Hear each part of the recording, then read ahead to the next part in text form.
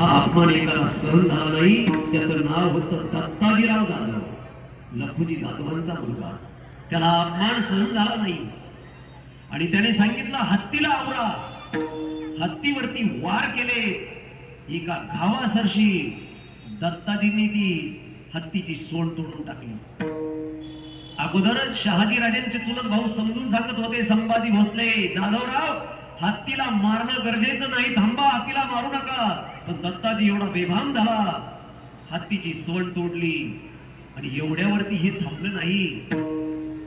मनातला राग दत्ताजीच्या शांत होत नव्हता आणि त्याने मोर्चा वळावा संभाजी भोसल्यांकडं. दोन्हींची लढाई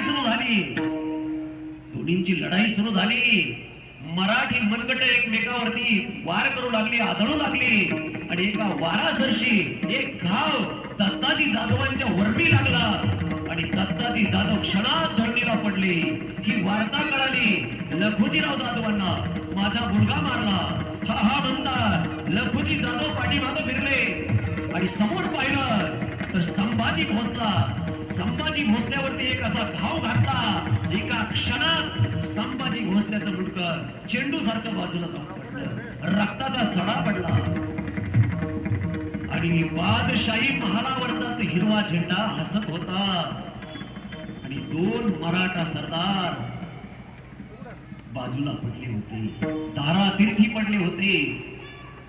दोन्हींच्याही मानेतून रक्त वगळत होतं. नंतर रक्त वगळण्याचं थांबलं आणि दोन्ही घराण्यांच्या डोळ्यातून अश्रू वाहत होते. जाधवांची माणसं रडत होती दत्ताजी जाधवांकरता, भोसल्यांची माणसं रडत होती संभाजी भोसल्यांकरता.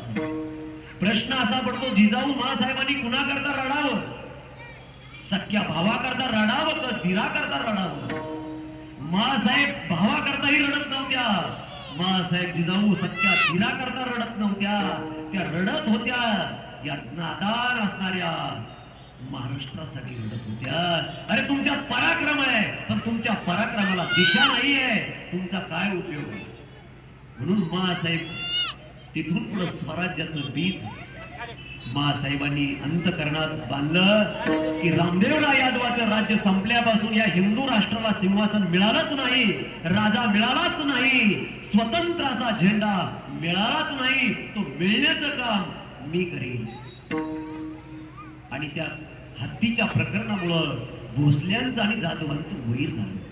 मित्रहो, वैर ही गोष्ट अशी आहे, अंतकरणात ती कायमस्वरूपी राहते. मराठी भाषेत म्हण आहे, चराटाचं सुंब जळतं पण त्याचा पीळ मात्र जळत नाही. आणि शहाजी राजांनी विचार केला,